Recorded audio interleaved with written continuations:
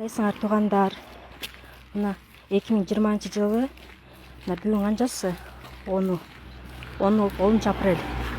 10 апрелде мына мынтип квартирадан сагалап көчүп кетип атабыз. Мына бул жакта 1 жашка толо элек бала бар ошо. Биз киргенибизге 7 мартта киргенбиз. Ошондо биз 5-inde беребиз, эми бурса бир айдан кийин деп жакшы эме кылган, септеп бурса карантин өткөзсө деп. Ага жетпейли, хозяин ушинтип кубалап чыкты. Ошо Арча бешик Камбар ата көчөсүндө 94-үй болчу. Мына кетип баратабыз. Карантин учурунда балабыз жок болсо да бир жөн эле балабыз менен. Ушул туура эмес туугандар, туурабы?